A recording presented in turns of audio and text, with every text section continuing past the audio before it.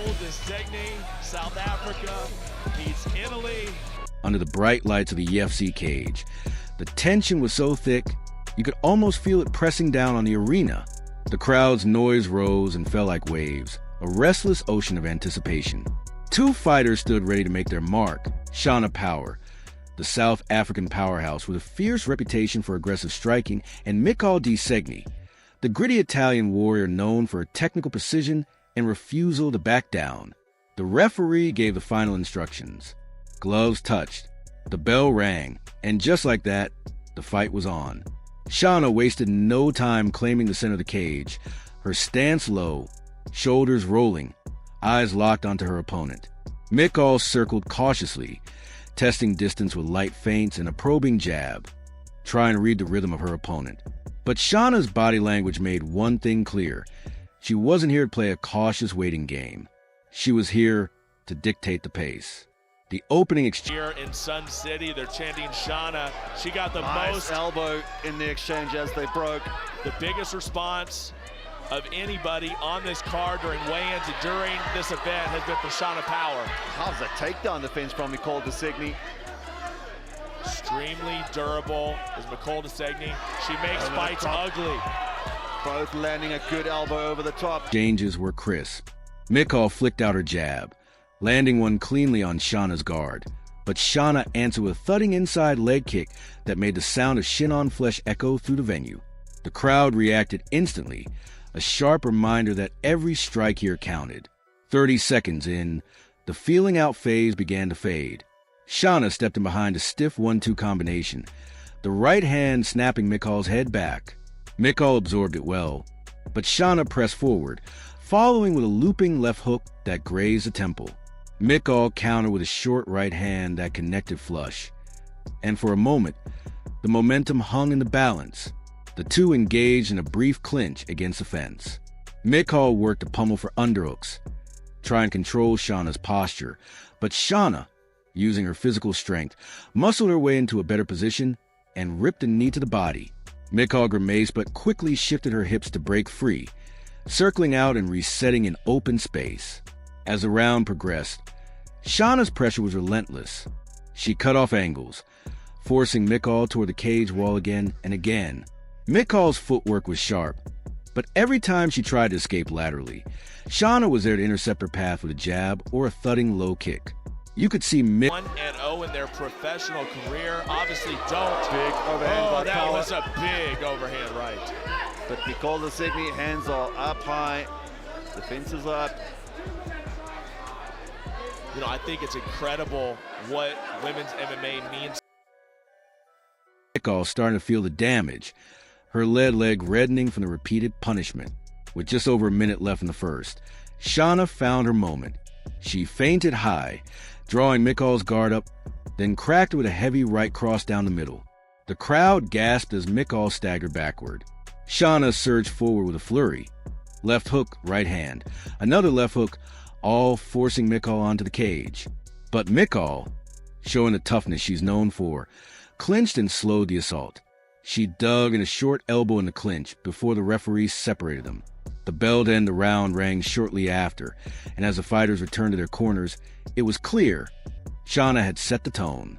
She was the aggressor, the one dictating terms. But Micol had weathered the storm without folding. The second round began with renewed urgency from Micol. Perhaps sensing that the first had slipped away, she came forward more assertively, throwing combinations in quick bursts. A sharp right overhand clipped Shana on the side of the head, and for the first time in the fight, Shana took a backward step. Micol used the moment to land a body kick, then another. The Italian crowd in attendance roared their approval, but Shana adjusted quickly.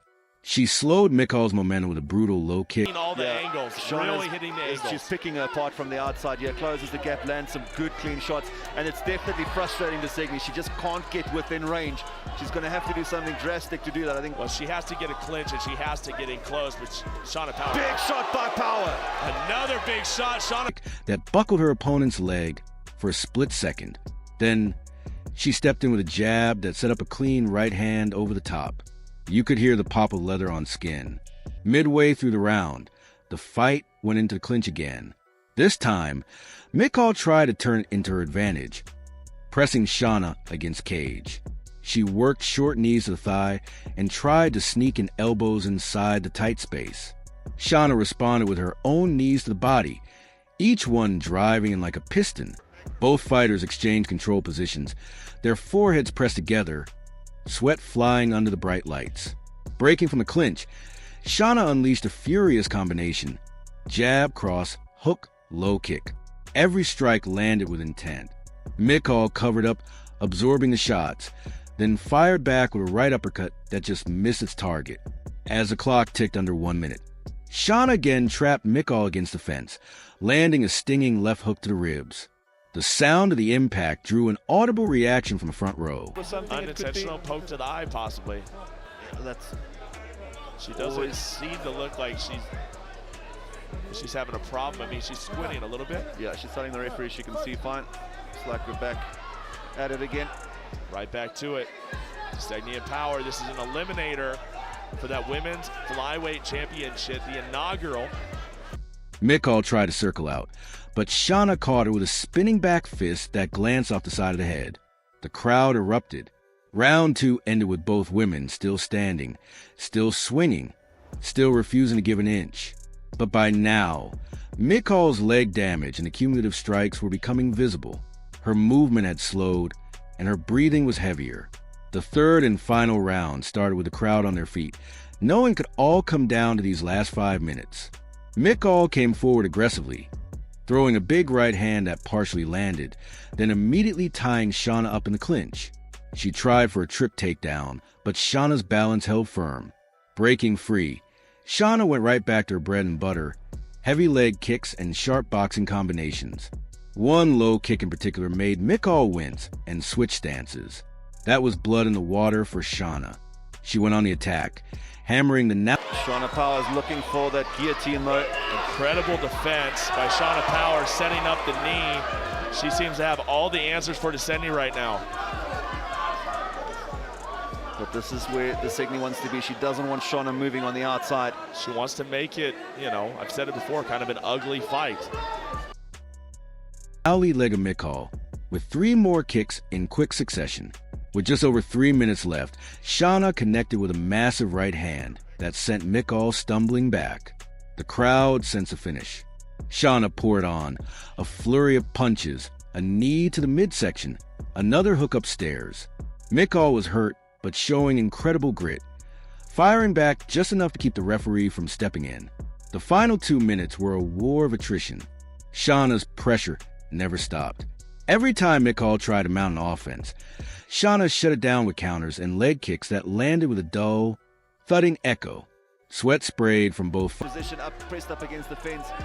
And I'm very interested to see how that happens and how that goes Probably down. like this. She's got her hands clasped together for a single leg. Shana now looking for the hip throw, and she's going to end up in the side control position. Shana Power looking incredible. Really on top of her game right now.